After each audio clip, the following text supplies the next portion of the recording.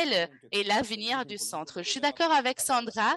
On a effectivement un problème avec cette formulation centre, mais pour avoir une conversation plus facile, on va continuer à appeler ces courants politiques centres pour s'éloigner des extrêmes. Voilà.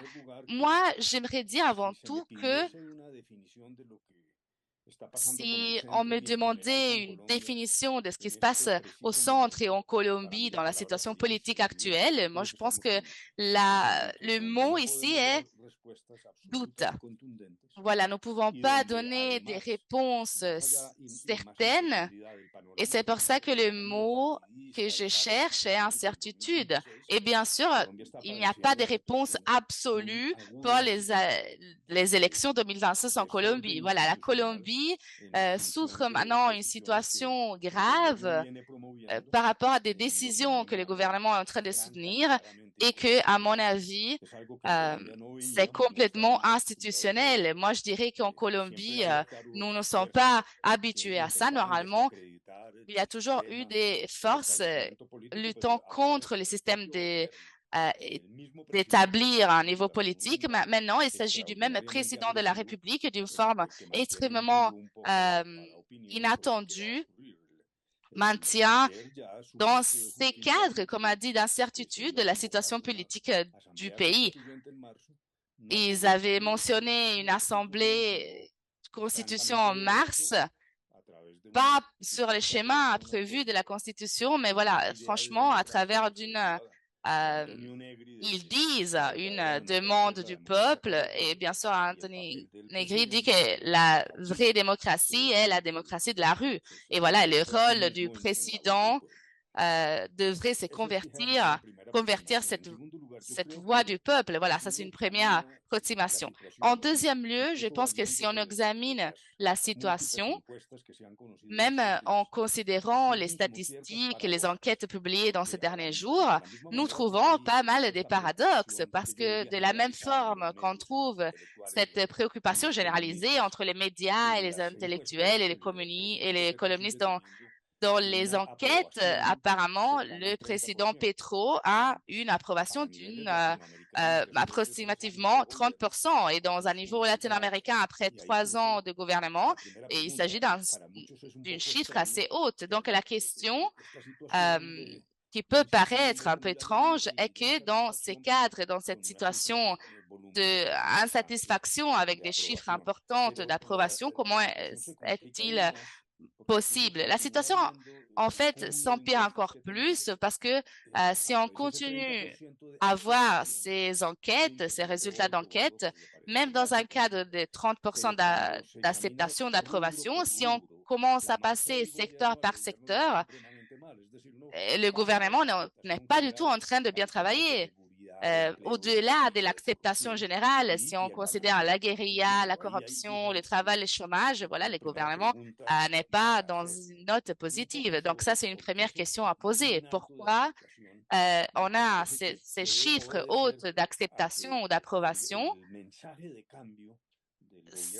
si le message de changement de Petro est très fort, ce message a créé des illusions et c'était inévitable que cela se passe parce qu'en Colombie, on a accumulé dans les années toute une série de problèmes et Petro était ces drapeaux de l'insatisfaction. Il bouge tout le temps ces drapeaux d'insatisfaction, de l'illusion de la population et tout le monde croit, encore la majorité des Colombiens croient dans cette expectative et dans cette illusion et cela est un argument constant du président Petro.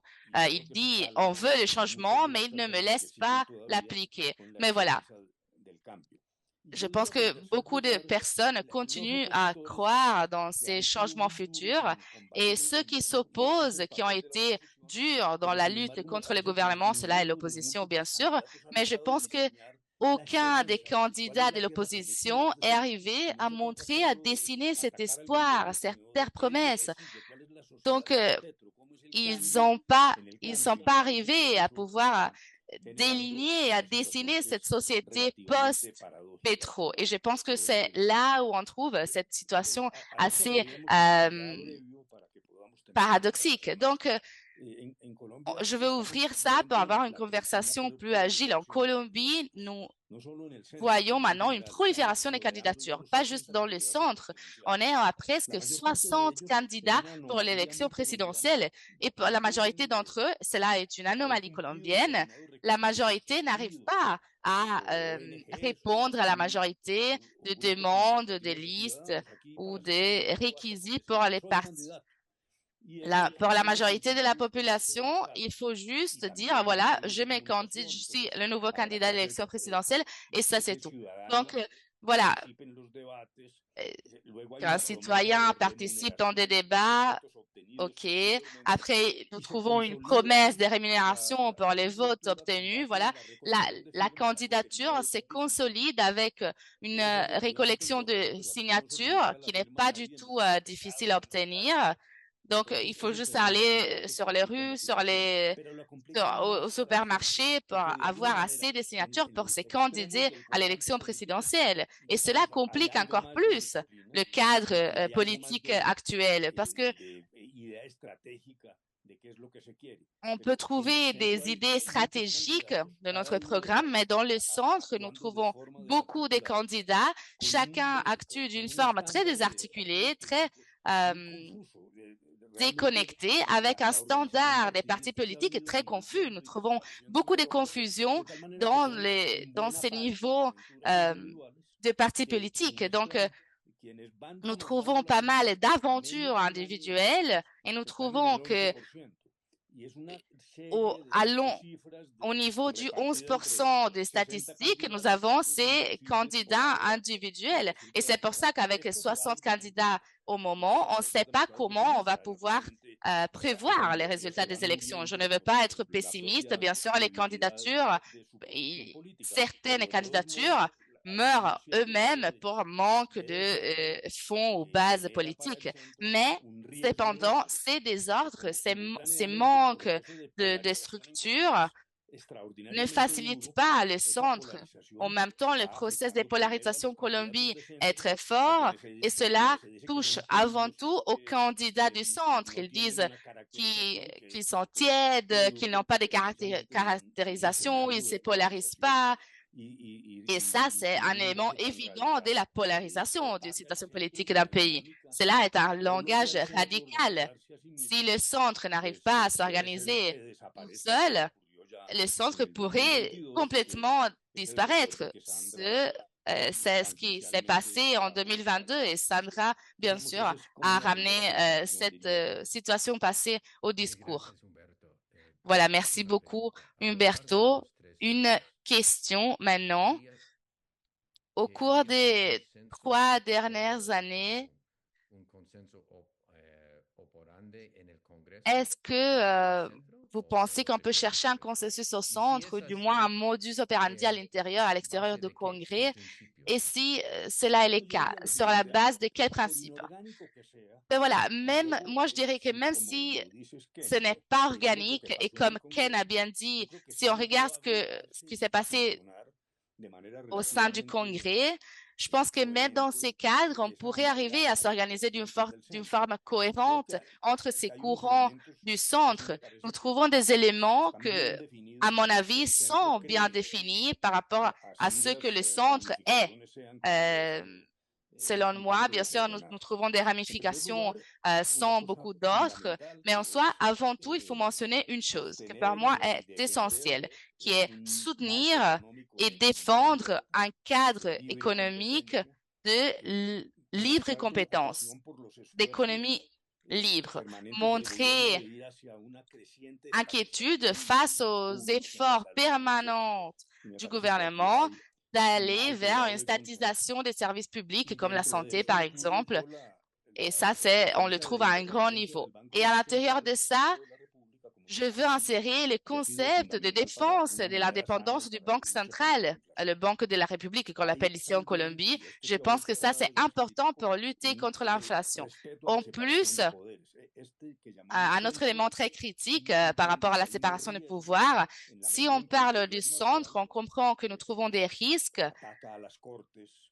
quand le gouvernement attaque les cours, va contre des décisions de caractère judiciaire. Et comme je l'ai dit, le gouvernement est en train de proposer une série de chemins complètement anticonstitutionnels. Et c'est pour ça que je pense que le centre s'est consolidé dans la défense d'un état de droit, si on utilise cette expression, qui arrive à inclure ou impliquer tous ces concepts. Donc, je pense que la gestion du système fiscal est important aussi. Nous avons maintenant une règle fiscale qu'on appelle ici en Colombie qui limite la dette et cette norme, le gouvernement vient de la suspendre il y a peu de temps. Et c'est là les résultats.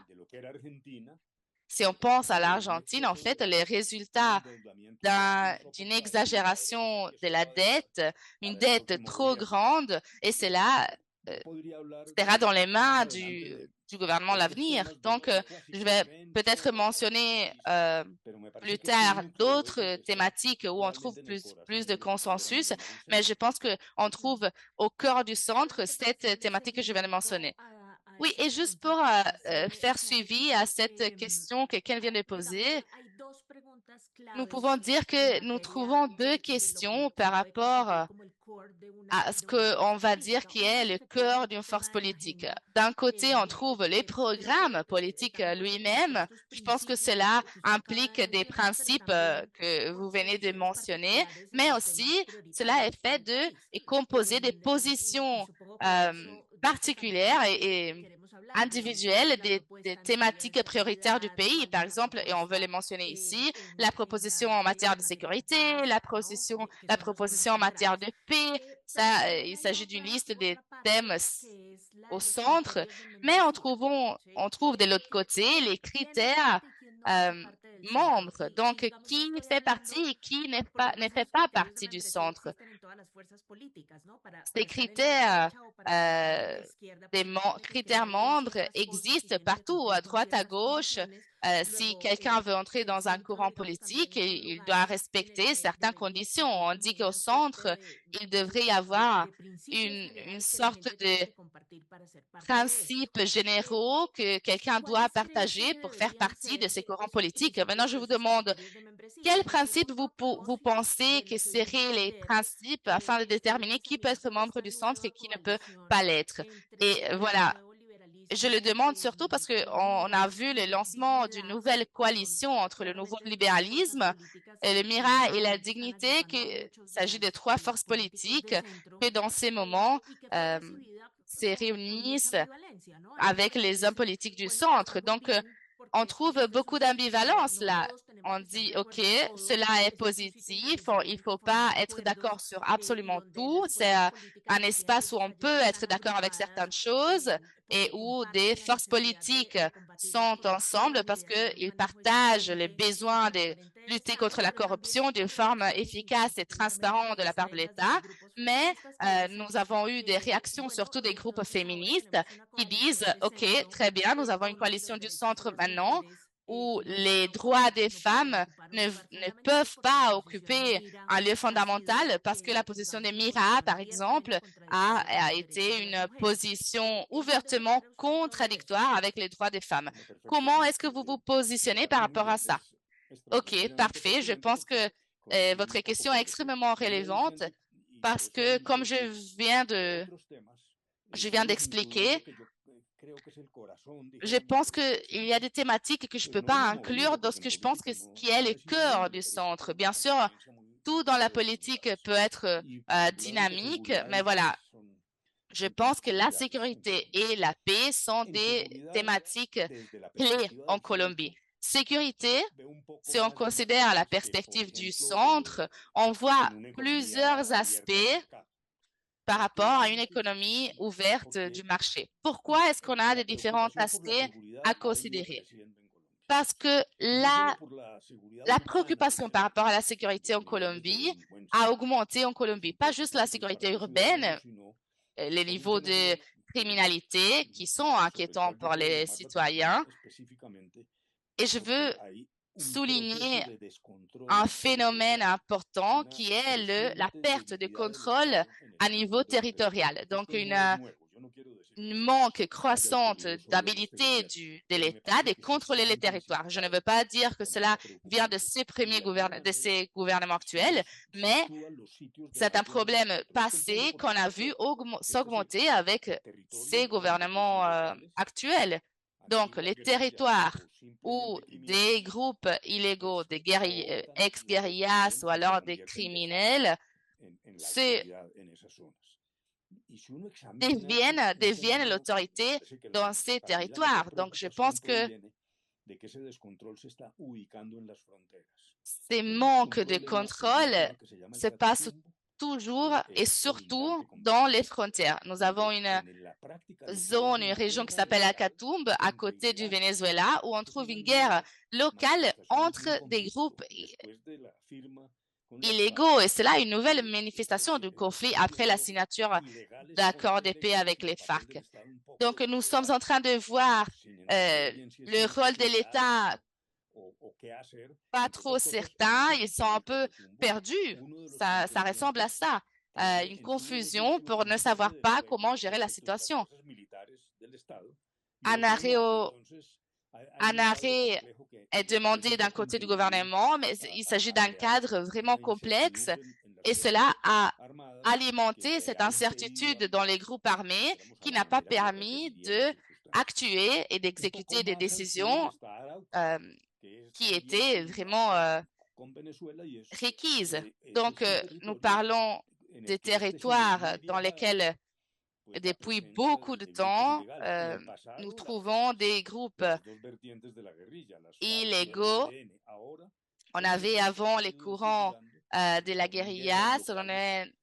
Maintenant, nous trouvons des guerres locales dans des territoires comme Arauca.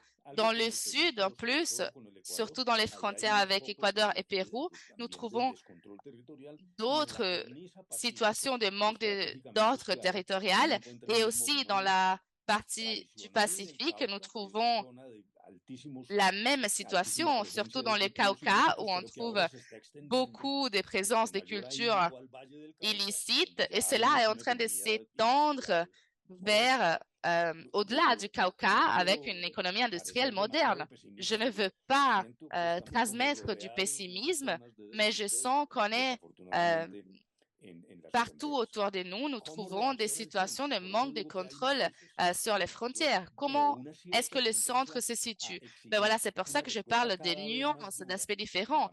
Il y a une certaine tendance à exiger une réponse à chaque fois plus dure, surtout pour les prochains gouvernements, une action militaire plus forte, plus efficace pour reconstruire cette idée de la paix. Bien sûr, la paix n'existe pas si la paix ne vient pas avec une politique de sécurité. Donc, une politique de sécurité qui exige une meilleure stratégie pour les phénomènes que je viens de mentionner. Donc, gestion du conflit avec des groupes illégaux en présence de cette situation aux frontières. Donc, voilà, on a d'un côté quelqu'un qui veut une réponse beaucoup plus dure et de l'autre côté des personnes qui acceptent l'importance de la sécurité, mais qui cherchent tout le temps ces différences du buckélisme, si on veut, pour nous comprendre.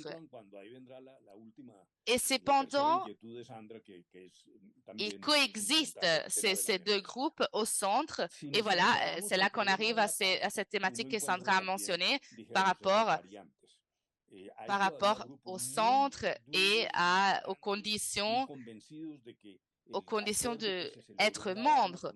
Maintenant, il y a beaucoup de groupes qui sont militantes, convaincus que l'accord de paix n'a pas été respecté et ce que le prochain gouvernement devra faire est récupérer ces feuilles de route pour avoir cet activisme fort qu'on voit au centre-gauche, si on veut.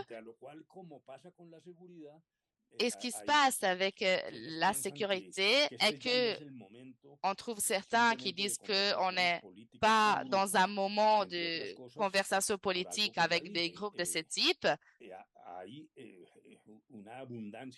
en raison de l'abondance des groupes criminels étendus un peu partout et seulement l'ex-LN maintient ces courants, cette idée qu'on peut qualifier d'orientation politique comme lutte armée, mais complètement disparu. Ils ne veulent pas planter leur drapeau dans la maison présidentielle, mais plutôt maintenir certains territoires pour leurs activités. Maintenant, au sein du centre, on trouve des personnes qui disent que le conflit armé interne en Colombie a terminé en 2017.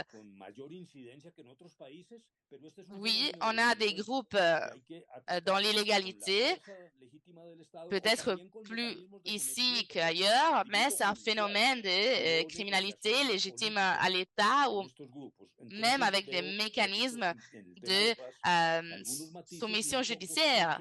Il ne s'agit pas de négociations politiques à leur avis. Donc, la thématique touche plusieurs nuances et le gouvernement de Dr. Gustavo Petro n'est pas en train de résoudre ça. Et les problèmes des conditions d'adhésion, voilà, ça aussi c'est important. Si on veut comprendre cette thématique dans le cadre international, on va les appeler des groupes plus durs. Donc, Centre démocratique, le chef est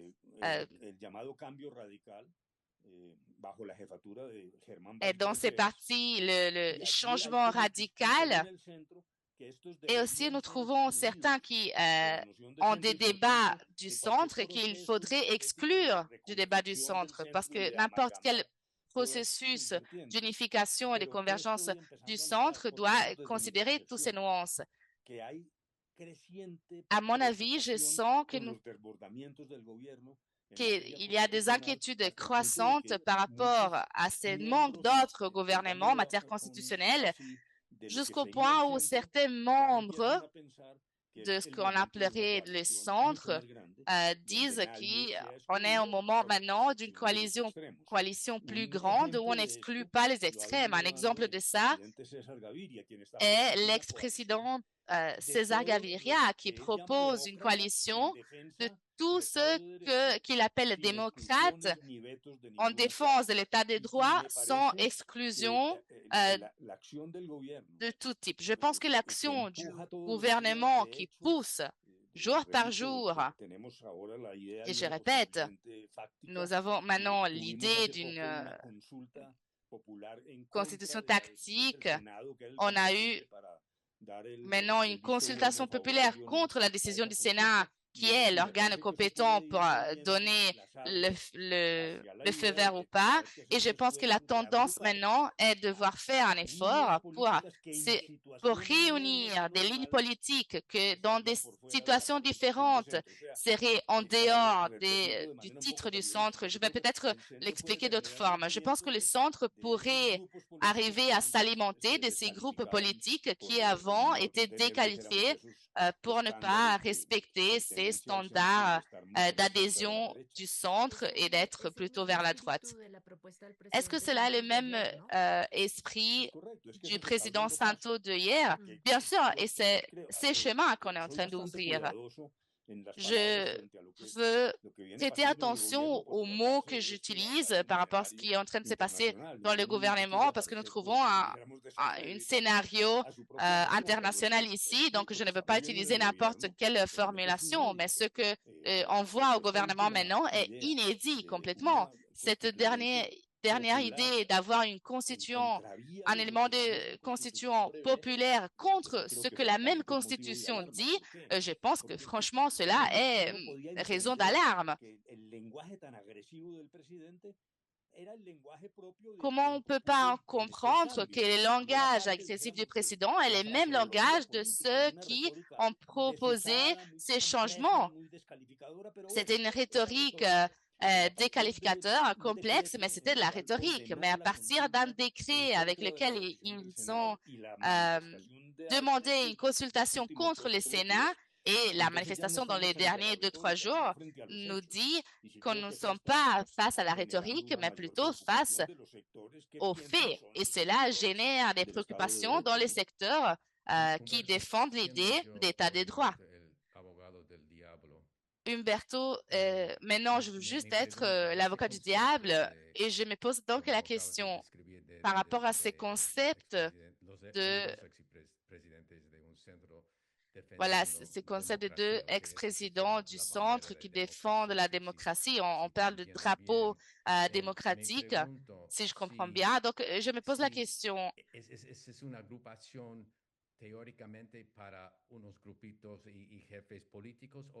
est-ce que ces groupements est juste pour un petit groupe de chefs politiques ou est-ce que ça touche aussi aux citoyens qui votent? On a vu dans pas mal de pays dans le monde que l'état des droits est un sujet important pour eux. Donc, si le drapeau démocratique touche au coût de la vie et de la sécurité, je me demande alors si ces groupements est quelque chose qui va être voté par les citoyens.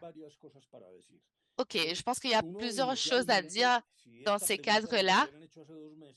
Je pense que si quelqu'un m'avait posé cette question il y a 2 mois, j'aurais pu répondre que, bah oui, peut-être cela est plutôt vers ou pour certains groupes élites politiques. Mais si on considère les derniers événements, surtout si on considère l'attentat contre le président Miguel Uribe, je pense qu'on arrive maintenant à dire que ces concepts tellement abstraits de l'état des droits et de la séparation des pouvoirs, quelqu'un dans le passé disait juste, voilà, c'est un organigramme, une séparation des pouvoirs de ceux qui organisent l'État. Je pense que maintenant, on touche des citoyens de plus en plus préoccupés avec des inquiétudes par rapport à une manifestation dans les villes qui a été significative et ce n'était pas contre le gouvernement, l'attentat de Miguel Uribe, tout ce qui est en train de se passer maintenant, mais plutôt à la base, il s'agissait d'une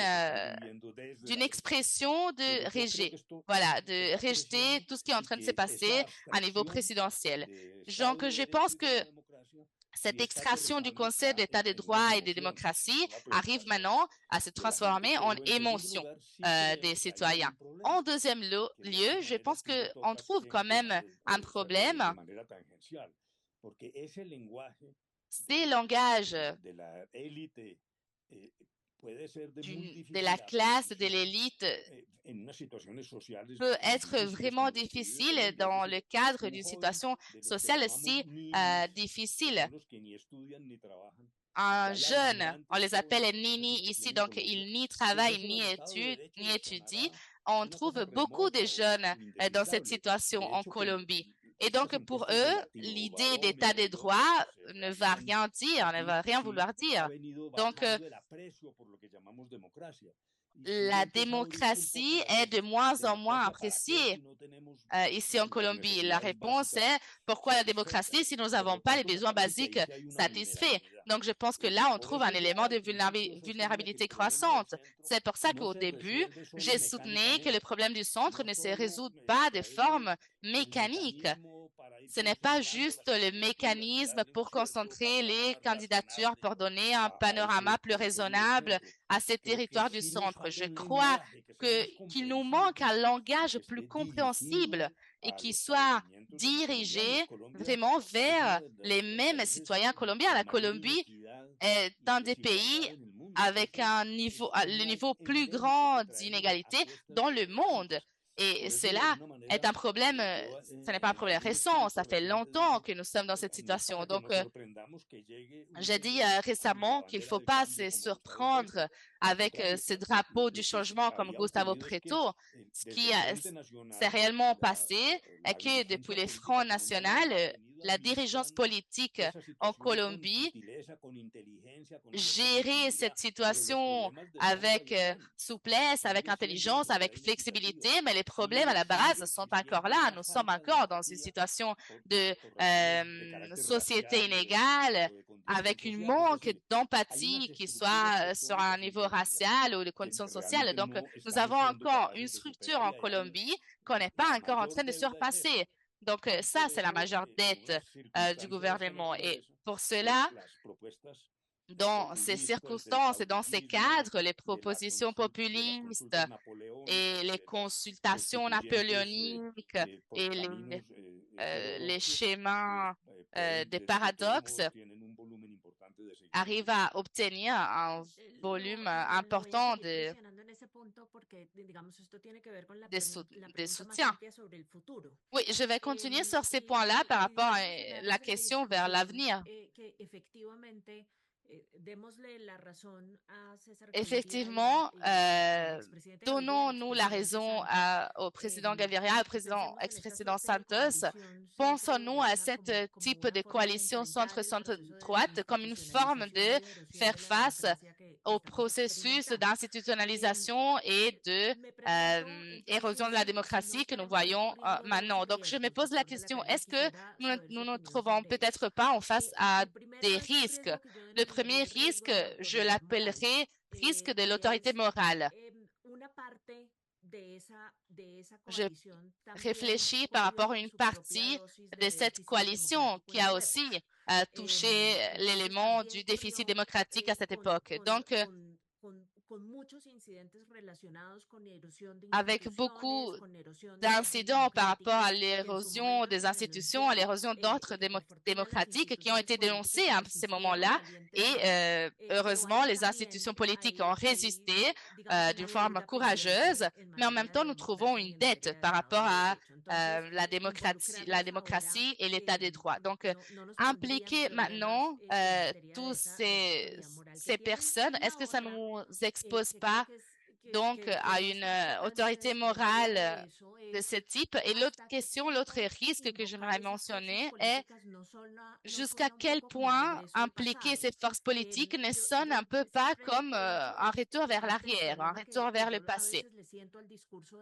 Je parle souvent de partie de problème que je sens envers le discours de l'opposition face au gouvernement de Gustavo Petro. C'est un discours qui ne considère pas du tout les conditions qui ont ramené au pouvoir Gustavo Petro. Comme on vient de mentionner, l'inégalité, les problèmes du chômage, l'accès à l'éducation des jeunes. Voilà, donc si on veut penser à l'administration Petro comme une sorte de parenthèse, parfois, il semble que ce que nous proposons, c'est revenir en arrière avant le gouvernement de Gustavo Petro. Et bien sûr, c'est une situation qui n'a pas été résolue. Nous savons l'inégalité encore là, le chômage encore là, la présence de l'État manque encore. Et donc, la situation continue à être vulnérable pour les citoyens, pour les femmes, pour les jeunes.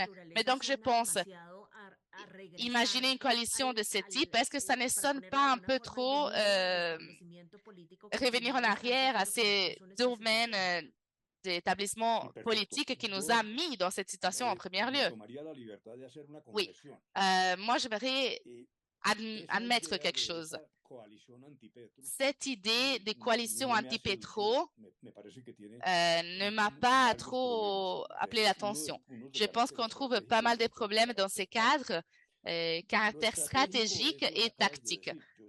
Du côté stratégique, exactement comme tu viens de dire, je suis complètement d'accord avec toi, Sandra, nous avons vraiment des problèmes en Colombie, des vrais problèmes. Donc, si on pense que cela a été une parenthèse, qu'on va revenir en arrière en 2026, non, je dis non. Nous sommes dans un problème, d'un vrai problème stratégique de communication et technique en Colombie. C'est un cadre complexe et les pouvoirs maintenant n'ont pas pu consolider un accord minimal sur ce qui est la nation colombienne. Donc, nous trouvons un niveau de vulnérabilité par rapport à ce type de coalition. Et aussi un niveau tactique. Si le centre termine dans cette coalition, il va terminer en recevant aussi les défauts des positions plus extrêmes de la droite, parce qu'ils vont devoir se taire face à des choses qui doivent être condamnées si quelqu'un est effectivement au centre. Je disais justement au président Gaviria dans une conversation il y a quelques mois, nous courons le risque, je lui disais, de ne pas avoir des antagonistes à la droite. Donc, ça, c'est un peu le risque d'une coalition au centre. C'est des risques tactiques qui favorisent les partis historiques, le mouvement des pétros. C'est les responsables en Colombie, ils sont tous ensemble et ils vont dire, voilà, c'est eux les responsables, ils sont tous ensemble, ceux qui font la corruption, le libéralisme, ils sont tous ensemble, on va voter en contre. Voilà. Pourquoi est-ce que je dis que je voulais admettre tout ça? C'est parce que je vais expliquer ça surtout pour ceux qui ne sont pas colombiens. Nous avons eu une consultation populaire qui est une consultation normale dans n'importe quelle société. Les travailleurs voulaient juste satisfaire certaines conditions et les gouvernements étaient contre les travailleurs. Voilà, comme cela est absolument normal. Mais vu qu'ils sont arrivés à avoir une consultation populaire qui nécessite le feu vert du Sénat, le Sénat n'a pas permis la consultation et le gouvernement a insisté à avoir cette consultation contre le feu rouge du Sénat, cela est important et est très grave parce que je pense que cette consultation juste pour proclamer la constituante de rue, comme Antonio Negri dans son idéologie disait, je pense que cela est vraiment un risque. C'est pour ça que je pense qu'il faut vraiment maintenir un esprit ouvert par rapport à la possible solution qu'on peut trouver. Mais il y a 3 ou 4 mois, j'aurais dit absolument pas. Et maintenant, je pense que je peux dire que nous nous trouvons dans une situation risquée qui s'empire chaque jour. Le nouveau ministre de Justice hier a dit que l'année prochaine, il va y avoir...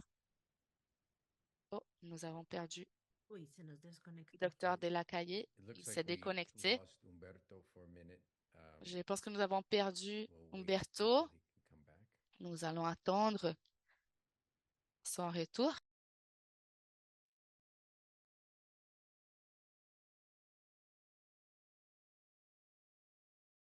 Siempre las desconexiones ocurren en los momentos de las confesiones. Les déconnexions se passent toujours au moment des confessions, n'est-ce pas?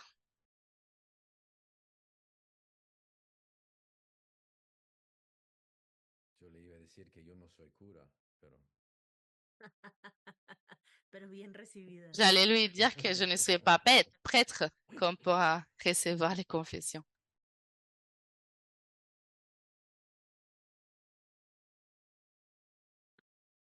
There we go. Perdón, se está. había caído la llamada. Es porque se cayó cuando iba a hablar de la confesión, Humberto. Sí, entonces. Oui, justement, l'appel est tombé au même moment du confession. Ni Sandra ni moi sont des prêtres. Nous ne sommes pas des prêtres. Bien sûr, ce que je voulais dire est que effectivement que maintenant, je soutiens un peu plus l'idée d'une coalition majeure qui implique plusieurs personnes parce que je pense que le président marche un chemin très dangereux. Et Sandra a aussi souligné un élément très important. 3 ans de gauche n'ont résolu aucun problème. Moi, au fond, à la base, je comprends qu'on a eu des changements plausibles.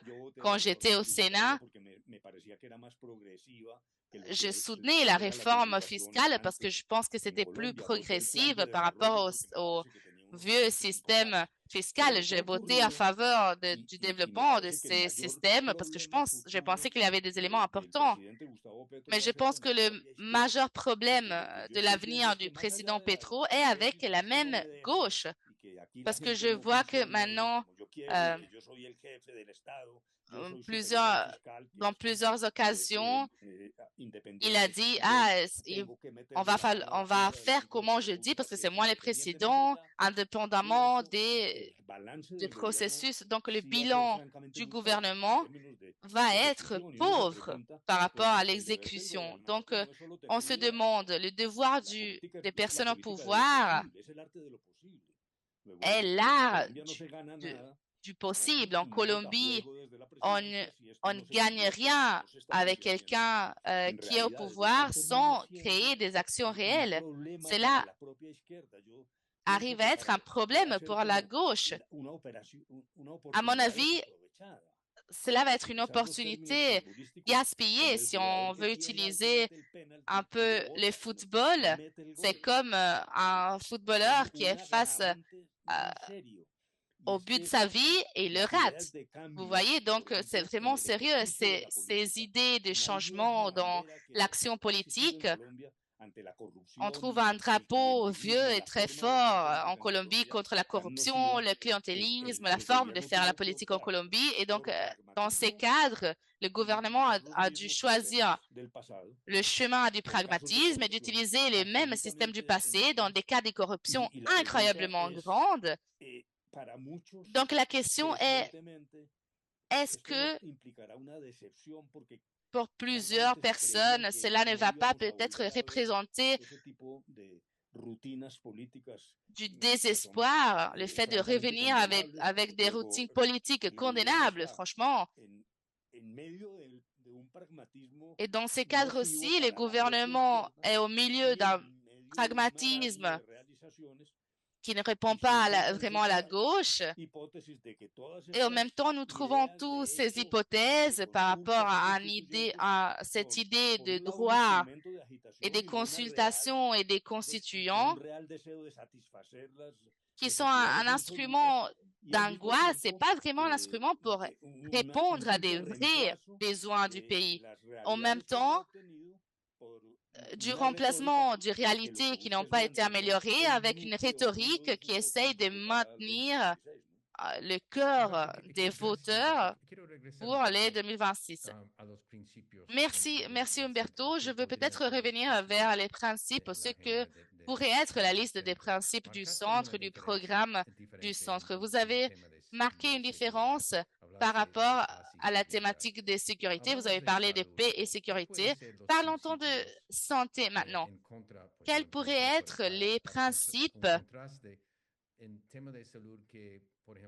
en termes de santé, par exemple, des contrastes du centre et de la droite, si on veut parler de droite? Oui, en matière de sécurité et de paix, ou alors... Non, on a parlé de sécurité et paix, donc je parle maintenant de santé.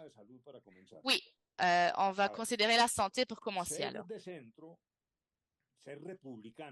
L'adhésion au centre, être républicain avec la séparation des pouvoirs, commence avec une conviction. Cette conviction est croire que l'État de droit occidental est un trésor qui est résulté très utile pour l'humanité, pas juste en termes d'organisation politique, mais aussi de satisfaction des besoins. Donc,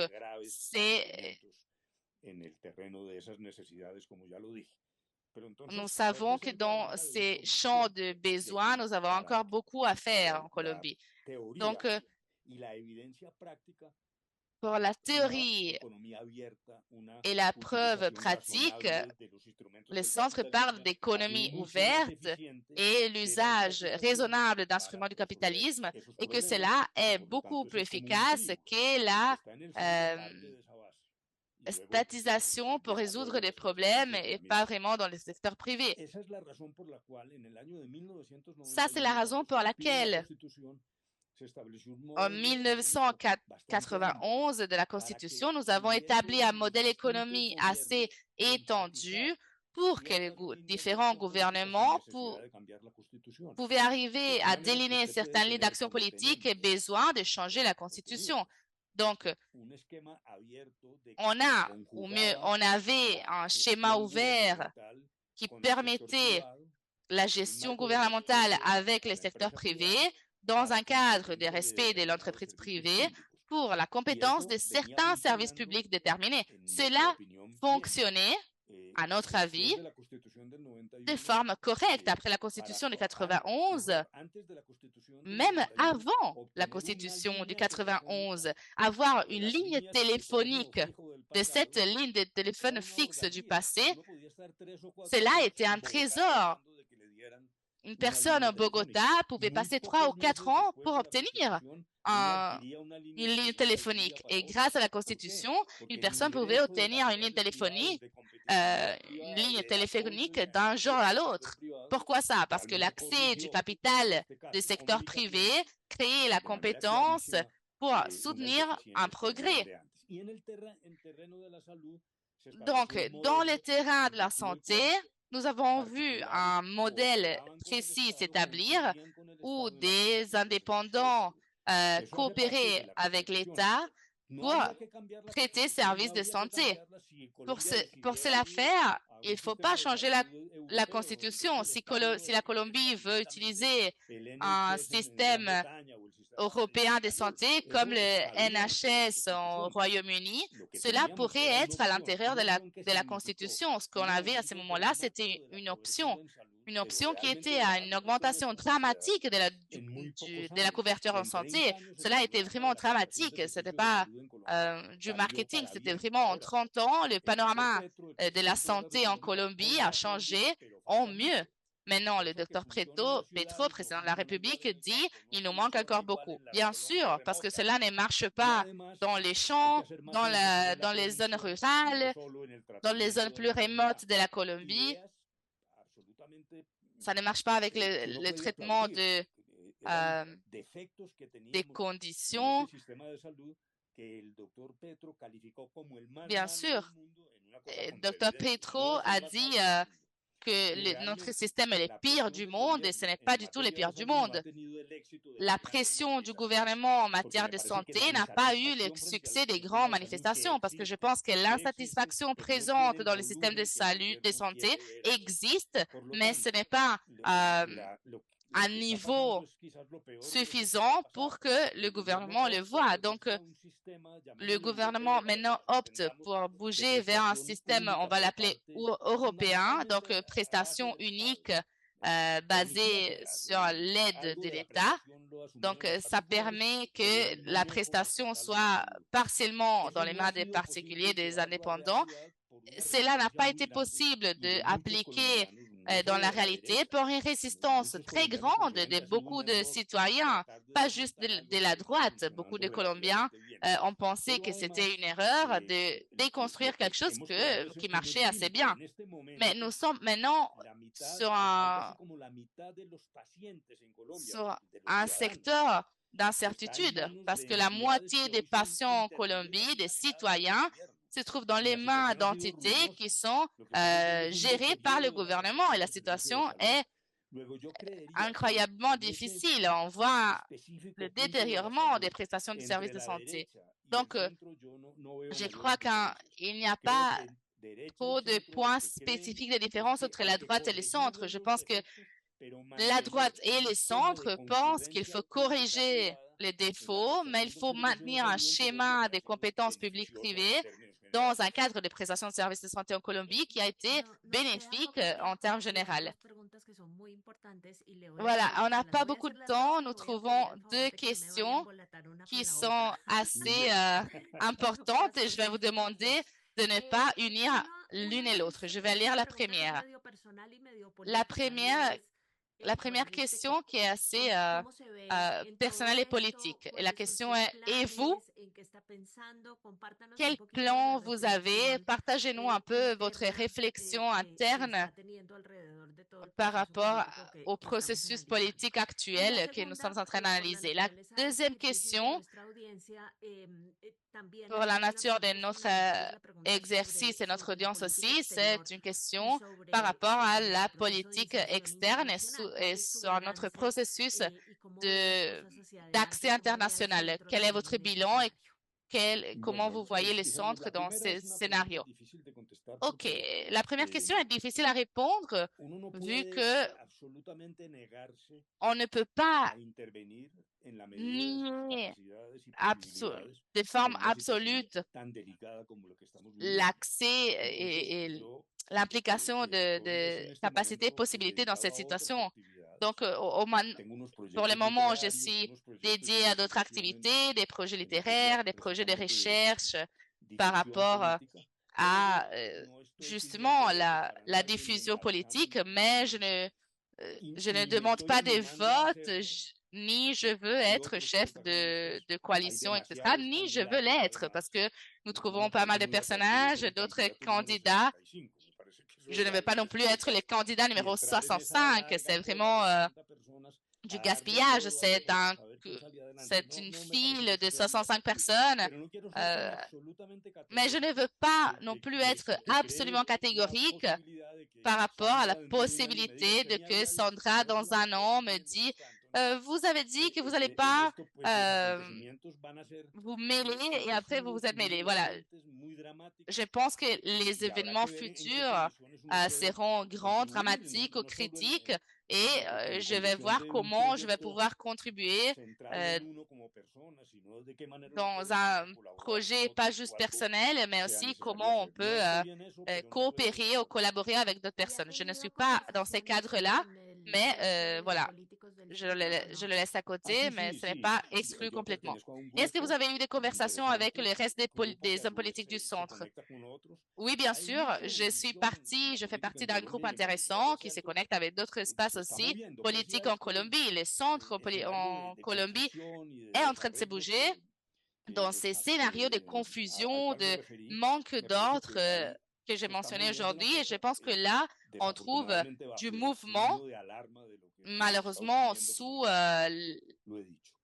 la sonnette d'alarme de la situation actuelle. Maintenant, par rapport à la politique externe, c'est vous l'expert, Sandra. Je ne sais pas quoi répondre à ça. Je pense que on trouve c'est vieux intérêt d'avoir des relations externes multipolaires et pas limitées comme c'était le cas dans le cadre de Marco Fidel Suárez.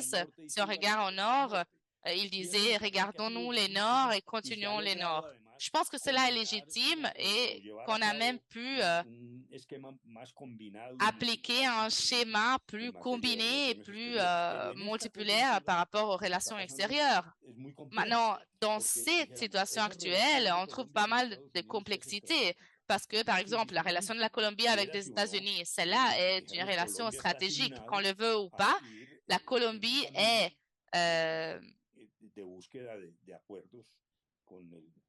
la Colombie doit marcher sur ces chemins d'accord avec les États-Unis, avec ces circonstances malheureuses qui sont que nous sommes le pouvoir mondial de production de coca, des feuilles de coca, et cela place la Colombie dans un besoin critique. Et même si on va à l'extrême gauche, ils disent casser toute relation avec les États-Unis et changer de continent, pratiquement passer à la ligne de la Chine, serait comme changer complètement une tradition et changer de continent en passant nos besoins vers l'autre côté. Donc, je pense que le chemin, c'est plutôt impliquer d'autres acteurs comme le Chili, comme le Brésil face à la Chine. Cela a été plus difficile pour la Colombie. Ce gouvernement a répété plusieurs fois cet effort de s'éloigner de l'idée des États-Unis. Ils ont fait ça dans un moment très délicat parce que M. Donald Trump se trouve dans une situation spéciale et je pense que Trump peut ignorer des choses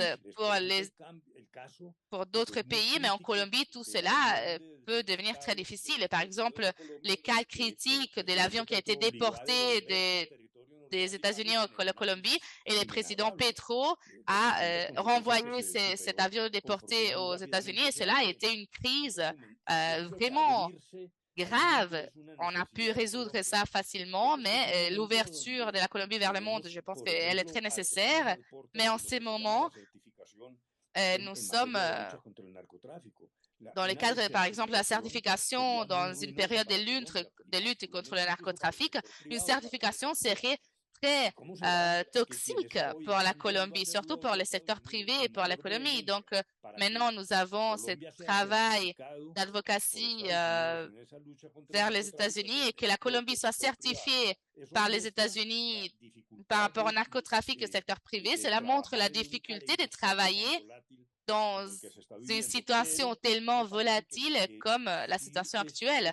Cependant, je crois qu'il est effectivement exagéré de la part du gouvernement actuel cette provocation sur des thématiques qui sont absolument internationales, inclut la voix du gouvernement. La voix du gouvernement actuel en Colombie est secondaire. La rupture des relations sur Israël, même si on pense ou pas à ce qui se passe à Gaza, et on est tous d'accord que cela est vraiment grave, mais casser et avoir une rupture avec des relations avec Israël, je pense qu'il s'agit d'actions qui nous enlèvent d'une situation de relations avec les États-Unis qui arrive à être presque un besoin pour notre pays, vu que la Colombie est au milieu du problème du narcotrafic. Donc, ce qu'on doit faire, c'est continuer dans ces chemins d'ouverture avec, en prêtant vraiment attention à ce qu'on fait sur certains types de manœuvres. Merci beaucoup, Humberto, pour ces derniers mots par rapport à la situation internationale. Merci, Humberto. Merci, Sandra et Kenneth, pour cette importante conversation. Je pense que c'est un grand début pour cette série de conversations que nous allons avoir dans l'avenir. Merci tout le monde qui nous a rejoints aujourd'hui. On vous invite à nous suivre sur les réseaux sociaux pour savoir aussi quand nous aurons les prochains événements sur la série du centre en Colombie et aussi les situations d'autres séries qu'on va faire, par exemple sur les élections au Chili. Je vous rappelle que les vidéos seront à disposition en espagnol, anglais et français et disponibles dans notre page web. Merci beaucoup et bonne journée à tout le monde.